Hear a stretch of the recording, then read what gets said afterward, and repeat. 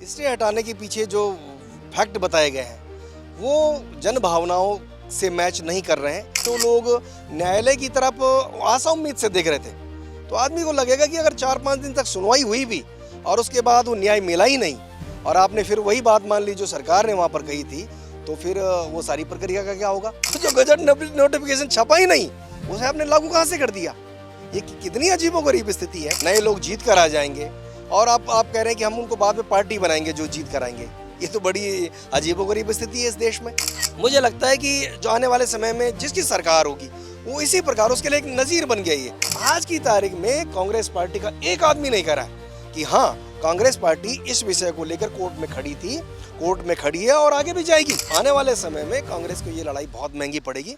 और इस अंदाज में कि आप शाम को धामी जी से मिलने जा रहे हैं, आप फलानी मंत्री से अपना काम करा लेंगे, इससे कम बैक नहीं होगा। नैनीताल हाईकोर्ट ने पहले पंचायत चुनावों पर रोक लगाई, स्टे आया, उसके बाद रोक हटा दी गई है। यानी कि उत्तराखंड में पंचायत चुनाव अब होने जा रहे हैं। ये तो पंचायत चुनाव को लेकर खबर है, लेकिन ये जो देरी हुई है पंचायत चुनाव में, पहले कार्यकाल खत्म हुआ, फिर प्रशासक बिठाए, फिर कोर्ट में मामला गया, इस सब में देरी हुई। अब ये वक्त बरसात का है, पहाड़ों में आए दिन सड़कों पर मलबा गिर रहा है, सड़क मार्ग बाधित है, बारिश में चुनाव कराया जाना है, वो भी ग्रामीण पहाड़ों में, उत्तराखंड के तमाम मैदानी इलाकों में भी।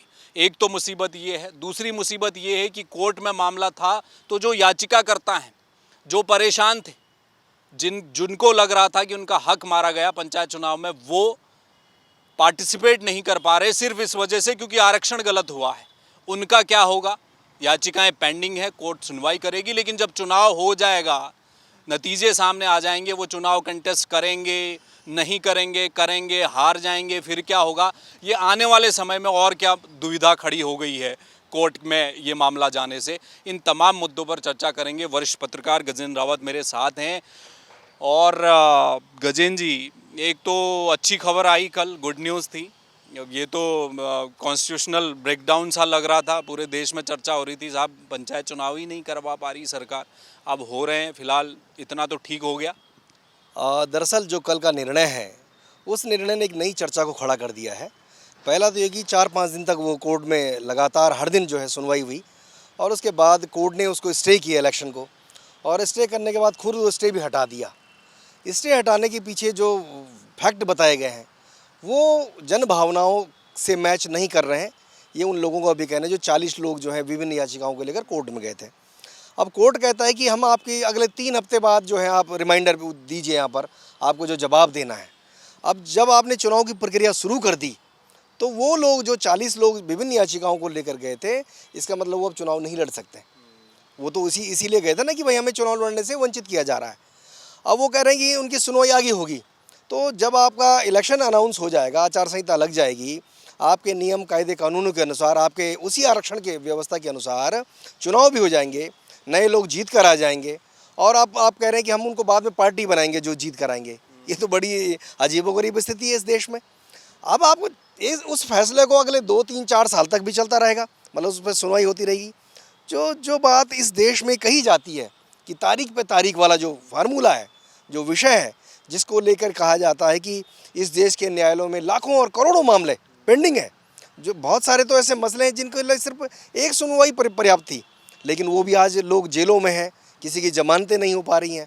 तो वो तारीख पे तारीख का जो सिलसिला शुरू हुआ है, इससे आने वाले समय में जो लोग न्यायालय की तरफ आशा उम्मीद से देख रहे थे, तो आदमी को लगेगा कि अगर 4-5 दिन तक सुनवाई हुई भी और उसके बाद वो न्याय मिला ही नहीं और आपने फिर वही बात मान ली जो सरकार ने वहाँ पर कही थी, तो फिर वो सारी प्रक्रिया का क्या होगा। असल बात ये है कि जब पहले दिन आपने कोर्ट ने जिन पॉइंट्स पर जो है सरकार से जवाब मांगा, आखिरकार 3-4 दिन में ऐसा क्या हो गया कि सब चीज़ें दुरुस्त हो गई। पहले दिन जब एडवोकेट जनरल से कहा कि आप भैया वो तो लाइए जो गजट नोटिफिकेशन है, तो वो कह रहे हैं भी, वो कह रहे हैं छपा नहीं है अभी। तो जो गजट नोटिफिकेशन छपा ही नहीं उसे आपने लागू कहाँ से कर दिया। ये कितनी अजीबोगरीब स्थिति है। और इनके सचिव कह रहे हैं कि हम अभी प्रिंटेड कॉपी मंगाएंगे, हम अभी फ़ोन कर रहे हैं वहाँ पर रुड़की में किसी पांडे जी को जो इनके होंगे वहाँ पर। पांडे को फ़ोन तब कर रहे हैं जब आपसे कोर्ट कह रहा है। तो बहुत अजीब स्थिति है। और ये तमाम जो बातें, इनसे बड़ी संख्या में जो लोग न्यायालय से उम्मीद करते हैं कि वहाँ उनको न्याय मिलेगा, उनको भी धक्का लगा है। कोर्ट में जो भी मामला आया, कुछ प्रोसीडिंग शुरुआत की मैं भी देख रहा था, जिस तरह से चीफ जस्टिस लगातार मुद्दों को कोर्ट के भीतर उठा रहे थे। हालांकि ऑर्डर में क्या है, अभी जो सर्टिफाइड कॉपी है ऑर्डर की वो तो मैंने पढ़ी नहीं है।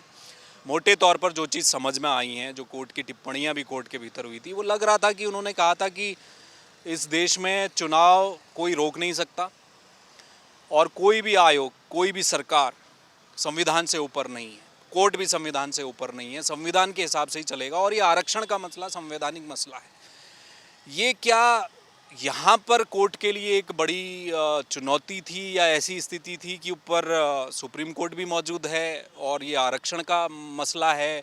अगर इसमें कोई डिसीजन जल्दबाजी में भी आता या फिर कुछ, क्या इस तरह की दिक्कतें थी कि मामले को एक बीच का रास्ता खोजने की कोशिश की गई है कि चलिए आप चुनाव बाकी करवा लीजिए, क्योंकि कोर्ट कह रही है कि भाई कुछ जगहों पर दिक्कत आई है आरक्षण में, लेकिन सारा चुनाव हम प्रभावित उससे नहीं कर सकते। तो क्या बीच का रास्ता मिल गया है? यही विन विन सिचुएशन थी कॉन्स्टिट्यूशन के हिसाब से भी, सरकार के हिसाब से भी, और पंचायत चुनाव होने भी थे। दरअसल इस प्रदेश में पिछले 25 सालों में जितनी बार निकाय चुनाव और पंचायत चुनाव है, उसमें स्पष्ट रूप से देखा गया कि जिस दल की सरकार है वो अपने अनुसार उन सीटों को फिक्स करता है, अपने अनुसार व्याख्या करता है। उसी प्रकार के जो जिलाधिकारी हैं, अभी आपने देखा उनके भी जो रोल थे उसके ऊपर बड़े सवाल खड़े हुए कि इधर जो है जिलाधिकारियों ने जो है पहले दिन आरक्षण डिक्लेयर किया और अगले दिन 4 डीएम बदल दिए गए। उससे भी सवाल खड़े हुए कि आखिरकार ऐसी क्या जल्दीबाजी थी, ऐसा क्या आपने इनके हाथों करवाया था। सवाल ये है कि अगर सरकारें अपने अनुसार अपनी पार्टी को जिताने के लिए ही सब कुछ करेंगे तो फिर संविधान बचेगा कैसे, ये गंभीर सवाल है। और जो पहले दिन से सवाल थे, जो वहाँ मतलब आप देखिए कि कोर्ट के सामने जो एग्जाम्पल रखे गए 10% को लेकर, क्या सिर्फ 10% सीटों से आप सारी व्याख्या कर देंगे? जब 750-800 सीटें वहाँ पर हैं और आपकी विस्तृत व्याख्या नहीं कर रहे हैं, आप वहाँ जान रहे हैं कि बहुत सारी ऐसी सीटें जो 30 साल 40 साल से जो आरक्षित वर्ग को मिली ही नहीं चुनाव लड़ने के लिए, वो कंटेस्ट कर ही नहीं पा रहे हैं। वो जो मुरारी लाल खंडवाल जिन्होंने वहाँ पर बताया कि 4 बार हो गए वो चुनाव नहीं लड़ पा रहे हैं, क्योंकि वहाँ हर बार सामान्य कर दी जा रही है।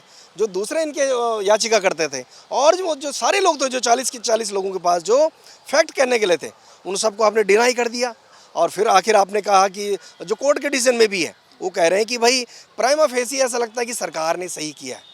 तो सरकार तो अपने अनुसार व्याख्या करती है, वो जब जहाँ चाहे कि वहाँ के, कहीं पर आपने देखा कि जनसंख्या को आधार बता रहे हैं, कहीं वो जातियों को आधार बता रहे हैं।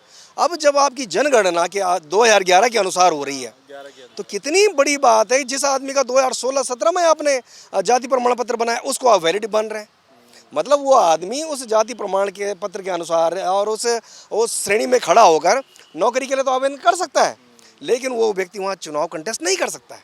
ये वो तमाम सवाल हैं जो आने वाले समय में और भी सारे सवालों की जो है और गहरा गड्ढा खोदेंगे। और जो भी सरकारें आएंगी इसके बाद, मुझे लगता है कि जो आने वाले समय में जिसकी सरकार होगी वो इसी प्रकार उसके लिए एक नज़ीर बन गया, ये उसके लिए बन गया कि भाई ठीक है, जो सरकार 2025 में थी उसने भी तो ऐसा ही किया था। यही बात चीफ जस्टिस ने कोर्ट में बोली है, ऐसा तो हर सरकार आके करते रहेगी, आप 0 रोटेशन ले आएंगे हर बार।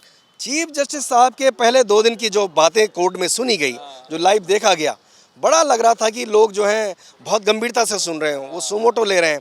उन्होंने तमाम सवाल पूछे, लेकिन आखिरकार वो लास्ट में कह रहे हैं कि भाई हम चुनाव नहीं रोक सकते। जब आप नहीं रोक सकते तो आपने पहले दिन चुनाव पे स्टे कैसे कर दिया? ये बड़े सवाल है कि वो चुनाव पे स्टे किस कारण से हुआ। और इस पूरी प्रक्रिया में ये जो सब हो रहा है, उसके पीछे ये भी कि इस प्रदेश में जो विपक्ष नाम की जो पार्टी है, जिसे कांग्रेस पार्टी कहा जा रहा है, वो पार्टी बेहद कमज़ोर है। उनकी ओर से पार्टी स्तर पर कहीं भर भी जो लड़ाई नहीं लड़ी गई। जो व्यक्ति रुद्रप्रयाग के बुटोला भी जो इनके सिंबल पर चुनाव लड़ चुके हैं, आज की तारीख में कांग्रेस पार्टी का एक आदमी नहीं कह रहा है कि हाँ, कांग्रेस पार्टी इस विषय को लेकर कोर्ट में खड़ी थी, कोर्ट में खड़ी है और आगे भी जाएगी। कोई नहीं बोल रहा है। वो कह रहे हैं वो तो इंडिविजुअल लड़ रहे थे जी, जो मुरारी लाल खंडवाल वो इंडिविजुअल लड़ रहे थे, जो कांडपाल हैं वो इंडिविजुअल लड़ रहे थे, जो बुटोला थे वो इंडिविजुअल लड़ रहे थे। ये लड़ाई तब तक आप नहीं लड़ सकते, इतनी जो मजबूत सरकारें हैं, जब तक आपके भीतर वो इच्छा शक्ति नहीं होगी। ये भारतीय जनता पार्टी कोई 1984 वाली नहीं है कि जहाँ आपके 2 सांसद थे और पूरे देश में था कि यह कहीं नहीं है। आज 2025 वाली भारतीय जनता पार्टी है। इन लोगों को मालूम है कि चुनाव जीतना कैसे है, आरक्षण कैसे सेट करना है।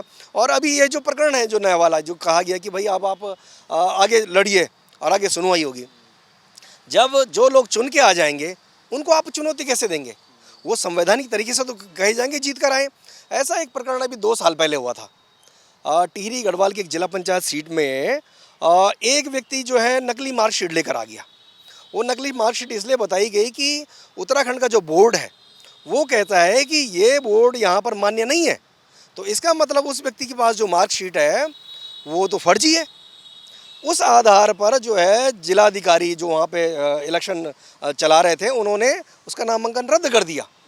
बाद में वो मामला कोर्ट गया, हाई कोर्ट गया, और ये सब करते करते आप देखिए कि वो नकली मार्कशीट वाला व्यक्ति दोबारा चुन कर आ गया और उसका कार्यकाल खत्म हो गया। आज की तारीख में 2025 में वो सीट जो है अब जो है अनुसूचित जाति के लिए फिक्स कर दी गई है। तो उसका क्या होगा? जो आपका कानून कहता है, जो आपका जो शिक्षा विभाग कहता है, जो आपका LIU कहता है, जो आपका विजिलेंस जांच हुई इस मसले में कि नकली मार्कशीट बनाने वाले कौन कौन से बोर्ड हैं जो यहाँ मान्य नहीं है, जब उन बोर्ड के आधार पर आप ये कहते हैं कि यहाँ मान्य नहीं है, या इस आदमी का नामांकन रद्द कर दिया है, वो मामला अभी भी कोर्ट में चल रहा है। तो मेरा मानना है कि ये जो सारी प्रक्रिया है, इस सारी प्रक्रिया में चूंकि जो एक मजबूत विपक्ष लोकतंत्र में होना चाहिए उसकी भारी कमी देखने को मिली। उनकी पार्टी के जो अध्यक्ष हैं, जो लीडर पोजीशन है, जो बड़े नेता हैं, वो कहीं भी फ्रंट फुट पे नहीं दिखाई दिए। वो रोज़ सिर्फ इसी भरोसे बैठे रहे। मैंने बड़ा आश्चर्यजनक रूप से देखा कि जिस दिन कोर्ट ने स्टे किया, कांग्रेस के लोग बड़े कूदने लगे, बम बम कूद रहे थे कि बोला साहब कमाल हो गया, सरकार के मुंह पे तमाचा पड़ गया, कोर्ट ने ऐसा कर दिया वैसा कर दिया। मीडियाबाजी ज्यादा चल रही थी। मतलब आप देखिए कि इतने बड़े बड़े पदों पर कांग्रेस के लोग बैठे हुए हैं और वो उस दिन बड़े कूद रहे थे कि जो है। जी जी, एक सवाल है, मैं बीच में आपको रोक रहा हूँ क्योंकि यहीं से जुड़ा हुआ। आपने कहा कि विपक्ष खामोश था। विपक्ष यानी कि कांग्रेस, 19 विधायक उन्हीं के हैं, अभी बड़ा विपक्ष वही है। कांग्रेस अगर इस मामले को उठा रही होती, कांग्रेस के तो पंचायत में कई लोग लड़ेंगे ना चुनाव, ब्लॉक प्रमुख होंगे जी, जिला पंचायत अध्यक्ष, कई लोग तैयारी कर रहे होंगे, ग्राम प्रधान भी कांग्रेस का कर्मठ कार्यकर्ता होगा, वो भी अगर कहीं पर परेशानी होती जाता, अगर पार्टी अपने हिसाब से करती। ये जो जीरो रोटेशन किया सरकार ने, एक तो इसका जवाब दीजिए कि ये इसलिए किया गया क्योंकि देरी बहुत हो गई थी, उस पचड़े में फंसना ही नहीं है जी, ये जाति वाती सब हटाओ, जीरो कर दो, पीछे के चुनाव को मानना ही नहीं है, अपने हिसाब से तय कर दो कि कह दो। कहा ना एहसन बाबुलकर एडवोकेट जनरल ने कोर्ट में कि साहब जीरो है, पीछे का कुछ पता ही नहीं है हमें, समझ लो। यहीं से शुरुआत हो रही है। हम आरक्षण को स्वरूप बिगड़ गया, उसको हम 50% पर लाना चाहते हैं, वो ऊपर नीचे हो गया, गड़बड़ा गया है। एक तो उन्होंने ये कहा, क्या पैरवी कमजोर हुई? कांग्रेस अगर इस मामले को उठाती, कोई अच्छे एडवोकेट वहाँ खड़े होते। मैं जो एडवोकेट खड़े थे याचिकाकर्ताओं की तरफ से, वो बड़े विद्वान हैं, मैं उन लोगों को जानता भी हूँ, मैं उस पर नहीं जा रहा। मैं कह रहा हूँ कि क्या और एग्रेसिव पैरवी होनी चाहिए थी, मजबूत पैरवी होनी चाहिए थी, तो मामला बनता। क्योंकि चुनाव हम कोई नहीं रोकना चाहते, चुनाव होने चाहिए थे, लेकिन डिले हो गए थे, देर सवेरे तो होने ही थे। आरक्षण पूरी तरह से तय हो जाता ढंग से, फिर होते तो शायद अच्छा रहता। दरअसल है क्या कि कांग्रेस पार्टी का जो तैयारी का आलम है, वो इस अंदाज से आप समझ सकते हैं कि कांग्रेस पार्टी किस प्रकार तैयारी कर रही है। उनकी तैयारी दिखाई दे रही है कि जो इनके बड़े नेता हुए 6 बार के विधायक प्रीतम सिंह, उन्होंने अपना बेटा मैदान में उतार दिया है। ये तैयारी का आलम है। और प्रीतम सिंह का क्या एग्जाम्पल है, वहाँ रंजीत रावत के बेटे से लेके सारों के बेटे, बहू, कुंजवाल की बहू भी तैयारी में लगी हुई है, उनके भी पर्चे पोस्टर बाजार में आ गए हैं। बीजेपी वालों के भी, उनके भी आ गए हैं। वो तो खैर सत्ताधारी दल के लोग हैं, वो तो अब इनके जीतने के बाद भी इनको पकड़ के ले जाएंगे अपने यहाँ कि चलो भाई तुम्हारा कांग्रेस पार्टी में क्या काम है। निश्चित रूप से जो तैयारियों का जो आलम था कांग्रेस पार्टी का, वो बेहद कमज़ोर था। और जो आरक्षण शून्य किया गया, उसके लिए उनके पास कोई जवाब नहीं है। आप बताइए कि जब आप ये कह रहे हैं कि शून्य किया गया और उसी आधार पर कोर्ट में गए, और आप 5 दिन तक लगातार अखबारों में बयान दे रहे हैं, आप टीवी चैनलों में बयान दे रहे हैं, आप सोशल मीडिया के वीर बने हुए, तो आखिरकार कल से आपके मुँह पर ताले क्यों लग गए? आप क्यों चुप हो गए? और ये बड़ी स्थिति इस अंदाज में आप समझ सकते हैं कि 2 बड़े ज़िले हैं, चंपावत और जो टिहरी जिला पंचायत अध्यक्ष का, ये जब से बने हैं तब से अभी तक ये है नॉन स्टॉप जो सामान्य है। मतलब यहाँ अभी तक अनुसूचित जाति के व्यक्तियों को जो है मौका नहीं मिला, ये वहाँ कहा गया था।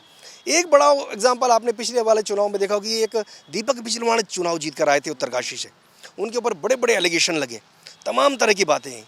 और अब ये मतलब छनकर आ रहा है कि दीपक बिजलवाण ने उत्तरकाशी की सीट को जो है सामान्य कराने में वो कामयाब हुए। तो अब कुछ दिन बाद आप ये भी सुनेंगे कि राजू भंडारी की पत्नी के लिए जो है चमोली वाली सीट सेट कर दी गई है। उधर मदन बिष्ट की जो पत्नी अल्मोड़ा में थी। ये जो पावर वाले जो लोग, खेल यही होने ये खेल है, ये जो लोग हैं, ये जो इस प्रकार के लोग हैं। लेकिन इन तमाम चीज़ों से वो उस पंचायत जो त्रिस्तरीय जो व्यवस्था थी, जिसके लिए त्रिस्तरीय व्यवस्था बनाई गई थी, उसको भारी ठेस पहुंची है। और हमारा मानना है कि कांग्रेस के लोग भले ही आज सरेंडर कर चुके हों, लेकिन समाज के कुछ ऐसे लोग हैं जिनके कारण अगर आज ये आवाज़ बुलंद है, तो आने वाले समय में कांग्रेस को ये लड़ाई बहुत महंगी पड़ेगी। और इस अंदाज में कि आप शाम को धामी जी से मिलने जा रहे हैं, आप फलानी मंत्री से अपना काम करा लेंगे, इससे कम बैक नहीं होगा। कांग्रेस पार्टी को इस बात को अपने कान में दोबारा से डालना पड़ेगा कि वो लगातार 2 विधानसभा चुनाव मतलब बहुत बुरी तरह हार चुके हैं। 11 सीटें और 19 सीटें आई उनकी। अभी उनकी स्थिति कि लगातार 3 लोकसभा चुनाव हार गए।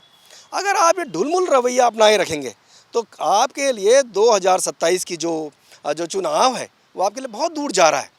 और ये चुनाव इस अंदाज में आप समझना कि इतने भारी भरकम मतलब तैयारियों के बाद आप किसी अधिकारी को नहीं घेर पा रहे हैं, आप इलेक्शन कमीशन को नहीं घेर पा रहे हैं कि भाई आखिरकार क्या आपको नहीं पता था हमने चुनाव कराने। ये इलेक्शन जो आरक्षण का रोटेशन जो 0 करने का सवाल है, मतलब 1 साल पहले चुनाव खत्म हो गए, उनका कार्यकाल खत्म हो गया, 6 महीने प्रशासक बैठा दिए, अगले और 6 महीने प्रशासक बैठा दिए, मतलब पूरे 1 साल तक यहाँ के अधिकारी क्या सो रखे थे, यहाँ का विपक्ष सो रखा था। और वो जो सरकार है, अगर आज उसने ये 0 वाला फार्मूला अपनाया है तो निश्चित रूप से तात्कालिक रूप से तो उनको फ़ायदा होगा, लेकिन आने वाले समय में हो सकता है कि उन्हीं के दल को जब किसी और की सरकार आएगी, ऐसा तो नहीं कि आजीवन इनकी सरकार रहनी है, हो सकता है कि ये जो लकड़ी है जल के पीछे आ जाए। एक हथियार निश्चित रूप से आपने दूसरे को एक मौका दे दिया है कि वो भी आपके खिलाफ अध्यादेश लेकर आएगा और राष्ट्रपति शासन से लेकर जिस प्रकार खरीद फरोख्त और ये सब चल रहा है, ये सब कम बैक करेगा। बहुत शुक्रिया, थैंक यू।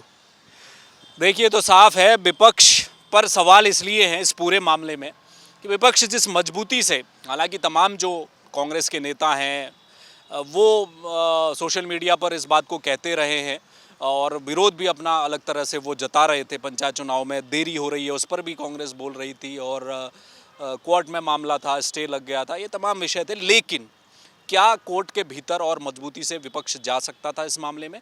और दूसरा सवाल ये कि जो लोग आरक्षण को गलत ठहरा रहे थे वो आज भी वहीं खड़े हैं। जिन लोगों ने याचिका नैनीताल हाईकोर्ट में दायर की है कि आरक्षण गलत हुआ है, ये जो 0 रोटेशन लेकर सरकार आई है, पहले तो ये गलत लाई और उसके बाद 0 रोटेशन को भी ढंग से फॉलो नहीं किया गया, वहाँ भी दिक्कतें आई हैं। अब भले ही वो 40 लोग हों या गिनी चुनी 18 सीटें हों, कहीं पर दिक्कत आ रही हो, लेकिन ये बात तो सच है कि फेयर आरक्षण होने के बाद ही चुनाव में जाया जाता तो बेहतर होता, क्योंकि वो लोग वंचित हो गए हैं। वो आज भी विरोध कर रहे हैं कि आरक्षण गलत हुआ है, लेकिन दूसरी तरफ पंचायत चुनाव की रणभेरी बच चुकी है। कैमरामैन मयूर उपाध्याय के साथ हेमंत, जय भारत टीवी। आप देख रहे हैं जय भारत टीवी।